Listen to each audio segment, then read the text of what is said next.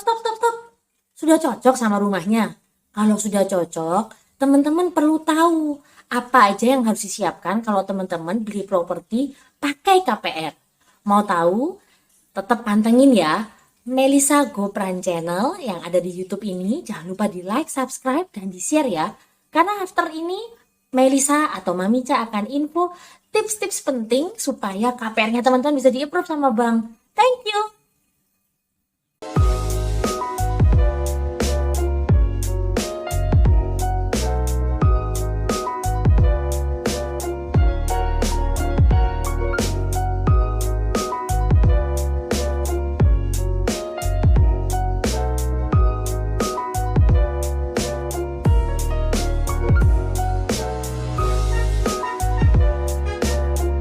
Nah, teman-teman, sesuai janjinya Mamica hari ini akan berbagi tips. Tips apa sih?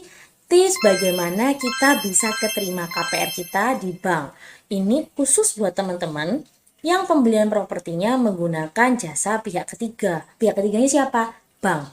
Nah, sebelumnya kalau teman-teman pada pengen tahu tips-tips tentang biaya apa saja yang harus disiapkan pada saat kita beli properti, teman-teman langsung lihat di sini ya. Link atas ini tinggal diklik aja.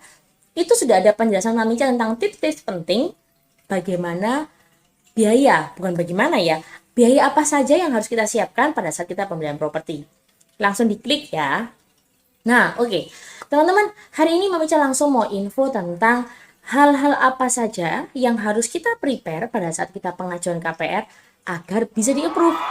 Yang pertama, teman-teman harus memperhatikan tentang kredibilitas kita.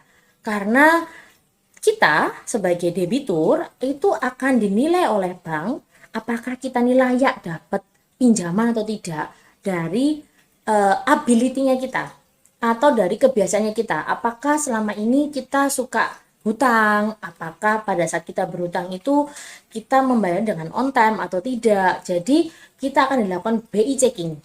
BI checking ini yang dibutuhkan datanya adalah KTP. KTP bisa suami, bisa istri, itu dibutuhkan salah satu apabila ada perjanjian pisah harta pada saat menikah, atau keduanya dibutuhkan, karena kalau tidak ada perjanjian pisah harta, maka kedua belah pihak, baik istri maupun suami, keduanya akan diproses, dianalisa oleh bank, dilihat ability-nya. Nah, makanya dari itu, Mamica mau pesan nih sama teman-teman, kalau teman-teman ada beberapa tunggakan, segera lunasi. Karena kalau kita tidak melunasi, maka kemungkinan kecil sekali untuk bank itu approve kita. Nah, untuk BI checking, nanti akan terlihat juga total hutang kita berapa. Nah, total hutang ini maksudnya kenapa sih kok harus dihitung? Nah, nanti akan Mamica jelasin ya. Untuk yang kedua, kita harus prepare rekening koran atau kemampuan bayar kita akan diukur dari pemasukan yang kita dapat. Maka dari itu kita harus submit rekening koran 3 bulan terakhir, kemudian kita juga harus submit slip gaji, surat keterangan kerja. Kenapa ini dibutuhkan semua? Karena pihak bank juga nggak mau dong dia memberikan sebuah pinjaman, tapi ternyata orang ini tidak ada kemampuan bayar. Dari rekening koran kita ini akan dianalisa kebutuhan dan pengeluaran dan pemasukan kita ini apakah seimbang. Maka dari itu, dari poinnya nomor 1 BI checking dan poin nomor 2, ini akan di-compare. Apakah pengeluaran kita lebih besar dari pemasukan kita ataupun apakah pemasukan kita sudah lebih cukup kalau kita sudah ada pengeluaran nomor 1. Nah, kemudian yang ketiga adalah appraisal atau nilai rumah.